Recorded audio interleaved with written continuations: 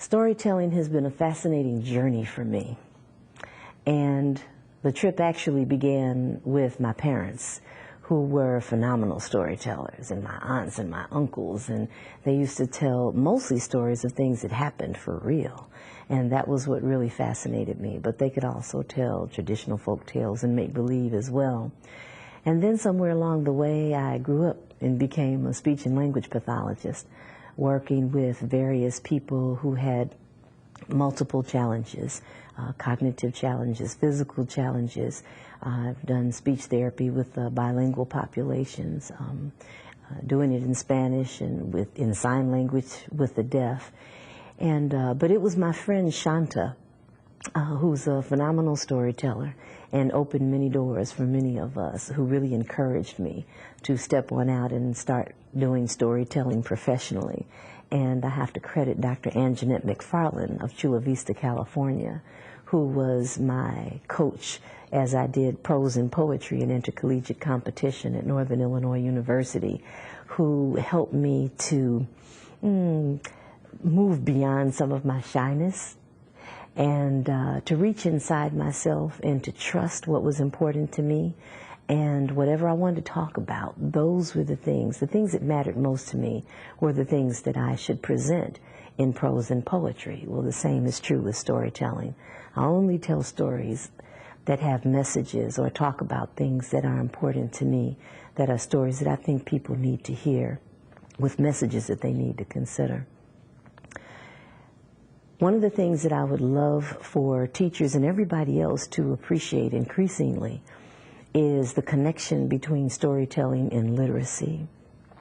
And even in terms of cultural development or people learning something about themselves, I got a chance to go to South Africa this past fall with the People to People Ambassadors program at the invitation of the National Storytelling Network based in Jonesboro, Tennessee. And while I was doing a performance at a particular school there, I came to find that many of the children in the so-called colored town of Atlantis didn't really know very many stories, not at all. And that saddened me. And they didn't know very much about themselves, their own backgrounds culturally, which is one of the unfortunate things that happens when people are colonized by somebody else. And then all of a sudden, only those things that are important to the colonizers are imposed upon the people who they've taken over, to the point that people lose memory. They no longer know who they were. They no longer remember the greatness that they came from and the kind of possibilities that they have. And all of those things can be recaptured once again through storytelling. And so I'm working now on the development of South Africa Storytelling Initiative, because one of the principal of that particular school and I were talking, and I was appalled and dismayed and very saddened by what the children did not know about themselves. So he's anxious for us to actually do some things actively together. So I'll be sending over lesson plans and book reading lists, and sending them lists of resources of organizations, literacy organizations, that are established here, even in the United States, that they could possibly derive some benefit from. So storytelling has a wide range of uses, anything that deals with people who are being challenged by drug abuse, domestic violence, or anything else, HIV, AIDS. Many of us are using storytelling in order to share some information that people need to be aware of, and to help them go inside themselves and to heal through whatever it is that they're being faced with. African Skies was inspired by my first trip to Ghana, West Africa. And actually it was like 4 o'clock in the morning, and my roommate, where we were staying at the lodging at the University of Ghana in Legon, was still asleep.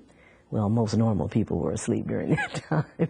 But I often awaken early in the morning, and I got a chair and went into the living room and pulled it over beside this large sliding glass door window that was there. And I pulled the sliding glass door window back, and there was a screen there. and was able to look into the most phenomenal sky with stars so big it looked like they were almost ready to come in for a landing.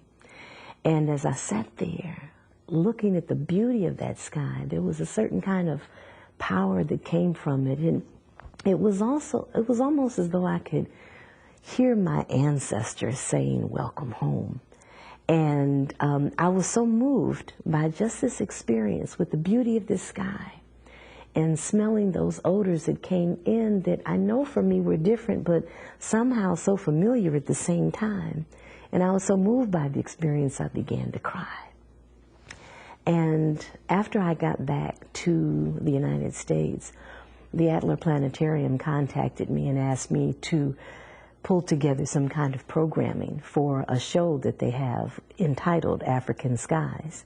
And so a wonderful musician by the name of Phil Coran, as it happened, had also been contracted to produce a soundtrack for that sky show that is shown in the huge round theater, which is very, very dark, and people go inside and sit back in very comfortable chairs, and you look out into nothing but darkness. And then all of a sudden this wonderful, wonderful music, maybe violins, began to rise. And then all around the wall, you see the horizon, and the sun starts to come up. And then bit by bit, you see these stars up inside. And so I asked Phil Coran if I could use his music behind the show that I did for the Adler Planetarium. And he said, "Oh, sure, girl, go ahead on." And it was a wonderful thing. But the story that I developed about the African skies, which was basically, in essence, it's what I shared with you, but with a little bit more to it than that. But it's more than anything, it's reflections on the significance of having an opportunity after all these years and looking at all these generations of children of Africa who are finally getting a chance to come home again. And it was just a very moving experience. And that was my first experience at night with an African sky.